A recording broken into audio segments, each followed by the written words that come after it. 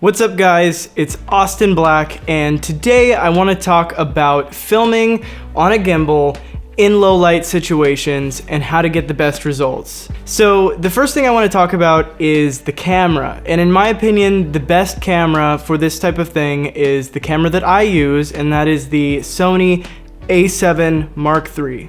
And there are a few reasons for that. I think it's the best mix of autofocus, low light capability, and 4K image quality with no crop. Normally when you're using a gimbal during the day, you might shoot at something like 7.1 or f8, so most of the scene is in focus. And when you shoot like that, autofocus usually isn't a huge factor, so that's why cameras like the GH5 are really great for gimbal use in good light. But I think the Sony is the best mix to do the experiment. The next thing I want to talk about, the main focus of this, is lens selection. So the lens that I first started using on the gimbal with the a7 III was the 16-35 f4, which again is a great lens in good lighting situations. The big factor in that is the optical steady shot built into the lens. So you've got stabilization in the lens, in the camera body, and you have stabilization from the gimbal. So I really like that lens, but only in good lighting conditions. Sony then announced the 16-35 f2.8 G Master. That lens is way too expensive for me, and again, it doesn't have optical stabilization, so it's not the perfect solution for what we're looking for. So the lens I've been using on the gimbal in low light situations, and really my primary gimbal lens at this point, is the Sigma 24mm f1.4. It gives you tons of latitude to be able to shoot in low light and even get some bokeh in your gimbal shots, which is really nice. But a new lens has come on the scene that I think would be really interesting to compare to both of those lenses, and that is the Tamron 17-28 f2.8. I've got it outfitted with this 4x4 filter system. This lens costs about 900 bucks, and you're getting 2.8, so you're getting a lot of the value of that G Master lens for just a fraction of the cost. So I jumped on this, and I am really excited to go see the results. So we're gonna take these lenses to downtown Fort Worth to see what they look like in low light situations.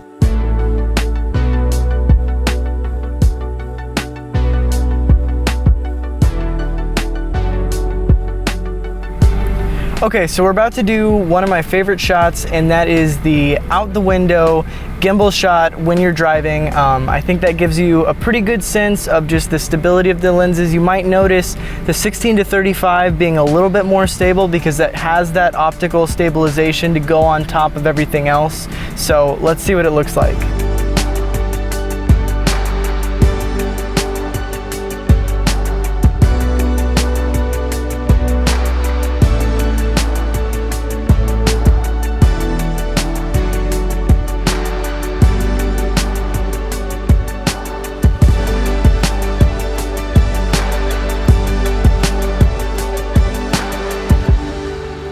So one thing that I really love about the new Tamron is that, one, it is so lightweight, so that's gonna feel much nicer on the gimbal. And then the other thing is that the zoom is internal, so that means that your balance point is not going to drastically change when it's on your gimbal. Okay, so we got the first lens balanced, let's go shoot with it.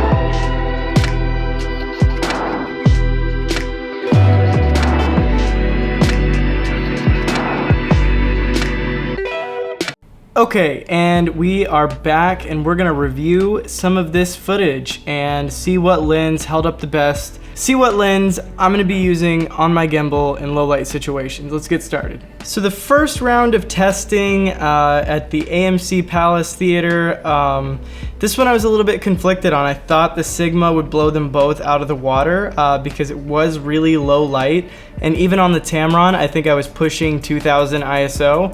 And so I thought I would see the picture start to degrade a little bit and the colors not to look as nice and as detailed. But the Tamron did surprisingly well at 28 millimeters, and the bokeh looks pretty nice.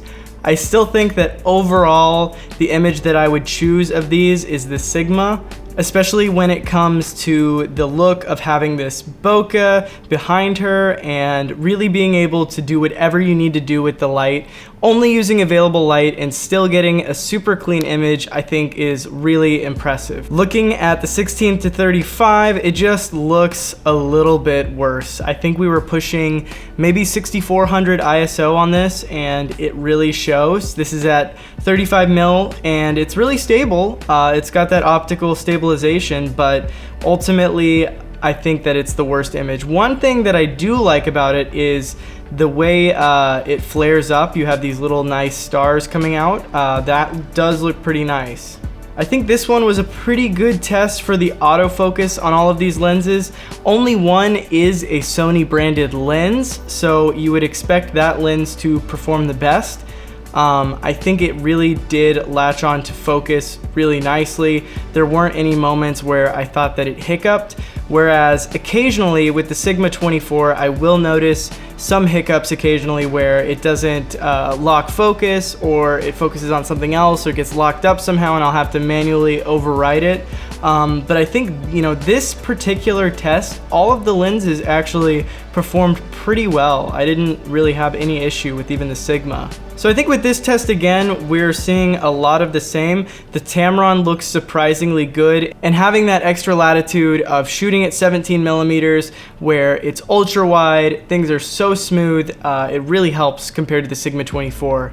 But again, the Sigma 24, just no contest in terms of bokeh, creates much more than either of the other ones. So this is a shot I was actually pretty impressed with the 16 to 35 on. We shot this at 35 mil, and I guess there was just a good amount of light that this looked really nice. So, it also does have a little bit of extra reach when you look at it compared to the Tamron and the 24, obviously. So that is a benefit to some people. I'm usually changing lenses if I need the extra reach on the gimbal and shooting with something like the Tamron 28 to 75.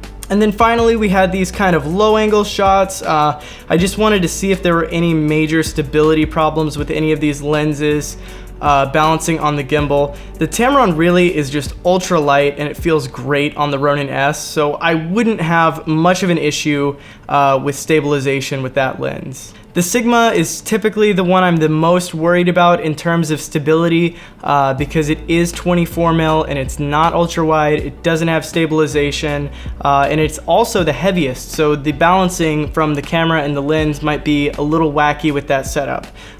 Again, I don't think it really showed in these tests. I think the stability on the Sigma was just fine, but I will say it is a little bit of a con compared to those other two lenses. So what are my final thoughts? What lens would I use on a gimbal in low light? I think the answer most of the time is the Tamron. The size of it, the stability, the f2.8, the versatility, that really puts it in a really great class with the 16 to 35 G Master that's way more expensive. I don't think I'll be taking the 16 to 35 with me. In fact, I sold it when I bought the Tamron, so this will be the last time I use it, but I don't think I would be taking that lens out in low light if I can avoid it. I think I'll still be using the Sigma 24 on the gimbal sometimes when the situation's a little bit more extreme and when I really need the cleanest possible footage if the lighting is bad. But overall, I'm super impressed with this new Tamron and I'm super excited to make a full review on it. I just want to use it extensively for weddings, real estate, and other video work before I do that. But anyways, thanks for watching. My name is Austin Black and I'll see you in the next one.